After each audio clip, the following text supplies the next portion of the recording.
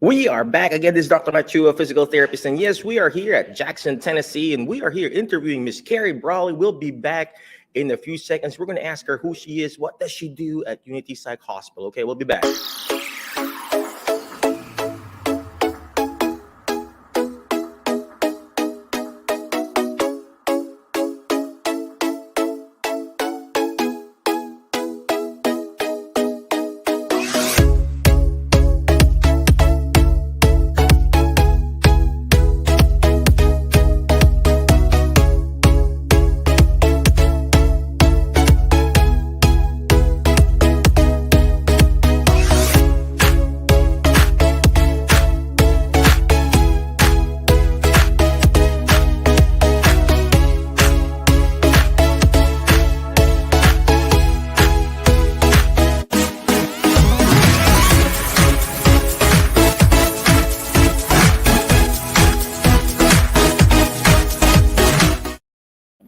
All right, we are back here at Jackson, Tennessee. We are here at the Alzheimer's Conference. I'm here with Miss Carrie Brawley, and we're going to ask her who she is, what does she do here at not here, but in Unity Psych Hospital. So again, Miss Brawley, could you please tell us again who you are, what you do at the Unity Psych? I hope you're not a resident, right? No.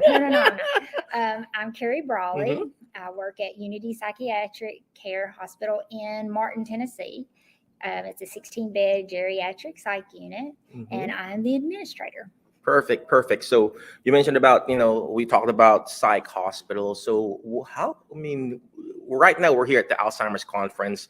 What qualifies you, not you, a person to be admitted in the psych hospital? What are the services that they provide there? Do you have a physician there, a psych nurse? Are they trained to deal with psych issues, depression, behaviors? How does that work? Yes, the majority of our patients have some form of dementia, and there's usually having some type of behavior, and they come in either needing their medications adjusted or they just need to be given an assessment to make sure maybe it's where they need to be placed after hospitalization. So the majority of our patients are coming in due to some type of behavior associated with the dementia. And this could be depression, it could be verbal or physical aggression.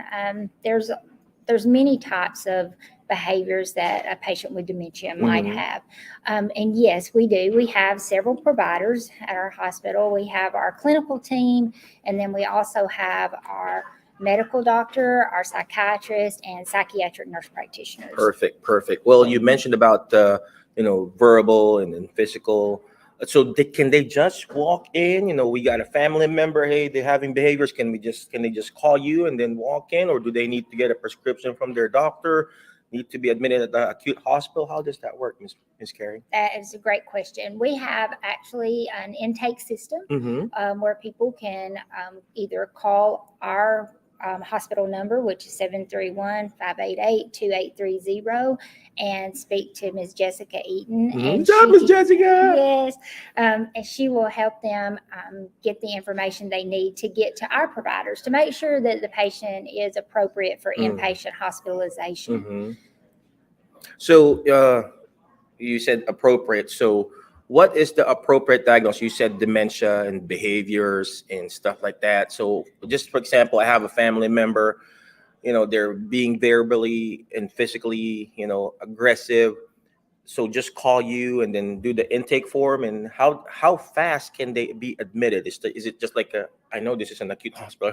Can they be admitted right there and then, or is there like a day or two waiting, or how does that work? What we do is during our intake process, we will reach out to the patient's physician or who's been caring for the patient to get some medical information on them, and also to make sure that we get a good assessment before bringing them in. But actually, once we get that criteria, the admission process is very, very fast. Quick, yeah. Once we have that information, once we talk to our psychiatrist or our psychiatric nurse practitioner and they see that the patient is appropriate for admissions, that process goes really fast. That's when we contact the family, let them know that, the provider has said to admit and the patient is brought in.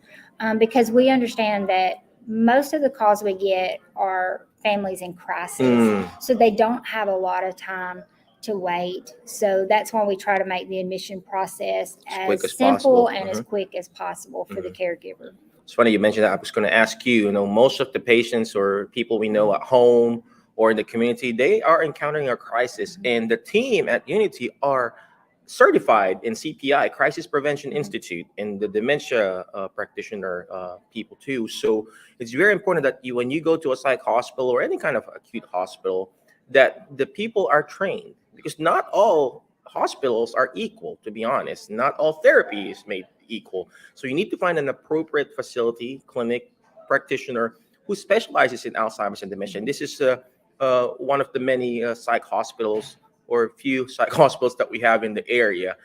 So Ms. Carrie, another thing. So when they're admitted already, what kind of activities do you do? I know you do medication management. I know Dr. Carr, the psych nurse and everything there who does the medication. What are the different activities that you guys do there? I remember you got lots and lots of nice activities there. We're excited because our hospital has just recently been renovated. So it is dementia friendly. It is decorated to basically to stimulate them. It's an environment for them. So one of the things is our social services and our activity therapists, they'll do assessments on admission to see, what the patient likes or prefers as far as activities.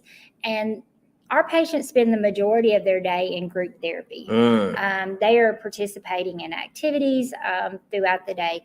This goes from like 9 o'clock in the morning till 3 o'clock in the afternoon with lunch breaks. But our purpose is to keep them busy, keep them stimulated throughout the day.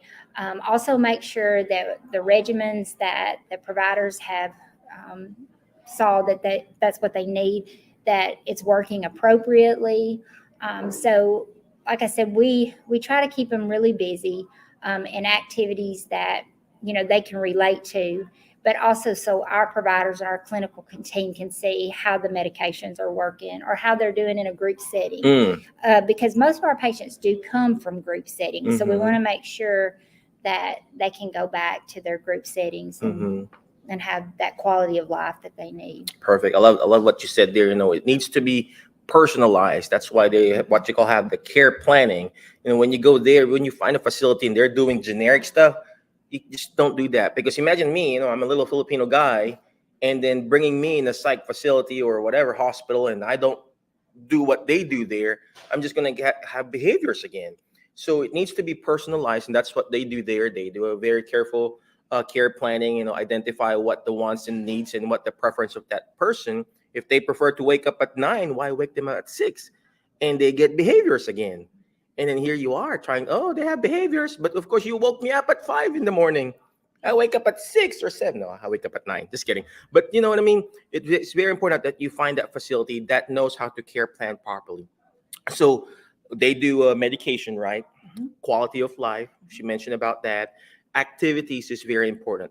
Activities is very important because they need to be stimulated. That's like the word that she said. Not just the food stimulation. You need to have that brain stimulation too. That's why we're encountering a lot of dementia in people who are retiring because their brain is not stimulated. There's a time and place for you to stimulate and inhibit. If they have behaviors, you kind of inhibit it. If you cannot inhibit or decrease their agitation, you redirect them. That's what they do. I've seen Miss Carrie in action, and she is so good at redirecting. She redirects me. She redirects Richie. So, as kidding aside, she does that, and she's amazing in doing that. Miss Carrie, any last parting wisdom for the people who are needing help with psychiatric hospitalization? Where can they find you and stuff like that? Oh, absolutely. Just to let people out there know that there is help. You're not alone. I know that you may feel alone because when you're caring for someone with dementia or Alzheimer's, it isolates the caregiver too. But we want people to know that you're not alone. And if you feel like that your loved one is appropriate for an assessment or evaluation, just give us a call. We're located right in Martin, Tennessee. And you can call us at 731-588-2830. My name's Carrie, or you can ask for Jessica. There you go. So can any patient from outside of the state or in the different parts of Tennessee can go be admitted, or The majority, we have had out-of-state patients. Of course, we'll go over with the family their insurance. Sometimes there's certain insurance plans that are state specific. But if they're living with their caregiver, say in the state of Tennessee, but they're not from Tennessee, maybe they're just here because they need to stay with someone, we can verify that insurance. Perfect. Again, thank you very much, Ms. Carrie. You're Appreciate you. I know you're a welcome. very Thank busy you. woman. Bye, But guys. before I let you go, always remember the word FAST, F-A-S-T, letter F. Find a facility that will bring out the best in you. You know, it's very important that you find a facility that is appropriate for your loved ones. You know, talk to Miss Carrie, go to her website, unitypsych.com. You know, find that facility. It's very important that you're finding people that it's going to bring out the best in you. Next letter is letter A, take action. All the stuff that we're doing is not going to do me good. It's not even going to do Miss Carrie good if you don't take action. Take action by reaching out to her. You know, talk to her, Miss Carrie, Jessica, the rest of the team there. You know, you may not be admitted today, but at least you know not you, okay, the family member. At least you have the resources. It's very important you have the resources in place. And I like what they do there every time. I used to work for them too, and and they would put down all their resources for those clients. So it's very important. Next letter is letter S, share and subscribe. The more shares, the better. Share it because it may not be applicable to you right now, but it could be applicable to someone else or in the future, okay? And last but not least is letter T, is teach it. Why? Because when you hear it, you forget. When you see it, you remember. But when you're actually teaching it, you're actually understanding it more. And that's what Miss Carrie is doing. She's teaching us how to understand Alzheimer's and dementia. Again, thank you very much, Miss Carrie. Appreciate you. Be awesome, be great, be excellent. And we will see you on our next episode of our Jerry Hab Show. Bye-bye.